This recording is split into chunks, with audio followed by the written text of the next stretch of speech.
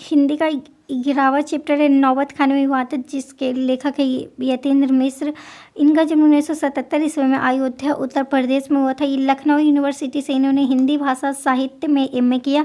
इनका काव्य संग्रह है यदा कदा, अयोध्या पे अन्न, ड्योढ़ी पे आलाप, ये सब। गिरिजा देवी का इन्होंने जो गिरिजा देवी फाउंडेशन का इन्होंने ही संपादन किया और पुस्तक है इसी पे लिखा गिरिजा। और भारतीय नृत्य कला ओडिसी नृत्यांगना सोनल मानसिंह पे भी इन्होंने पुस्तक लिखी। स्पीक मेगा और विरासत 2001 के कार्यक्रम के लिए इन्होंने थाती का संपादन किया और अर्धवार्षिक पत्रिका सहित 1999 ईस्वी में बिमला देवी फाउंडेशन का संपादन किया।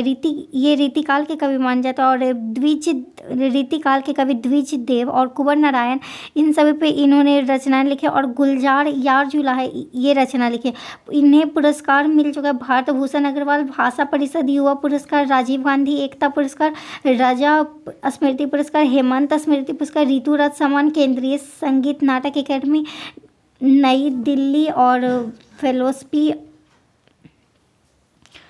अगला 1916 से 1922 तक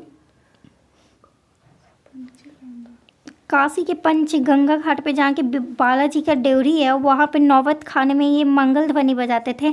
अमीरुद्दीन जो कि 6 साल का और शमसुद्दीन जो कि 9 साल का है, उस समय बिस्मिल्लाह खां ये जानते भी नहीं थे कि राग किस चिड़िया का नाम है। और मामूजान जो कि भीम पलासी और मुल्तानी बजाते थे। शहनाई वादक गोया सादिक हुसैन और अलीबख्श खां। अमीरुद्दीन जिनका जन्म डुमराव बिहार काशी जहाँ की इनका नानी घर था। और रीड पोली जिसे कहा जाता है, और नरकट जो कि घास से बनाया जाता है, ये सब उन्होंने वहाँ ही सीखा था। और बिस्मिल्लाह खां जब 14 वर्ष के थे तब वो पैगंबर बख्श खां मिठन रसूलन, ये बोलते हैं कि इन्होंने सबसे पहला जो राग के बारे में सीखा वो रसूलन बाई से ही सीखा। और इनके परदादा का नाम था हुसैन खां जो कि डुमराव के ही रहने वाले थे। और शहनाई को यहाँ पे शाहनई भी कहा जाता है। अगला है नागेश्वरम 80 वर्ष के आयु में, मतलब कि इन्होंने हमेशा कहा कि सच्चे सुर की नेमत दे और तिलस्मी गढ़ हिरन 7 सूरी। एक मुस्लिम पर्व जो कि इनसे संबंधित है वो है मुहर्रम। जब भी मुहर्रम होता है तो ये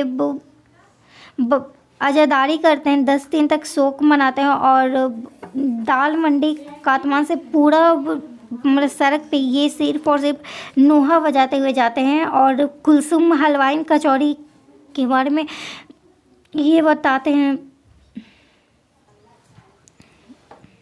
आगे ये बोलते हैं गीतावली सुलोचना इनकी सबसे अच्छी हीरोइन थी। और मीठी शहनाई, जब ये छोटे थे तब इन्हें शहनाई बजाने नहीं आती थी और अपने नाना के द्वारा जब शहनाई बजाते ये सुनते थे तो उनका मानना था कि मीठी शहनाई नाना जी कहीं छुपा देते हैं। और ये 3rd क्लास सिनेमा का टिकट देखने के लिए अपने मौसी नानी जी से पैसे लेते थे। और रीड जो कि 15-20 मिनट बजाने के बाद गीली हो जाती। इनकी एक शिष्या थी, जब भारत रत्न इन्हें मिला था बिस्मिल्लाह खां को, तब उसने बोला कि जब आपसे इतने बड़े बड़े लोग मिलने आते तो आप ये फटे कपड़े क्यों पहनते हैं। तो इनके द्वारा कहा जाता कि बस हमें मालिक फटा सूर ना बख्शे हैं। और 90 वर्ष की आयु में 21 अगस्त 2006 को इनका निधन हो गया।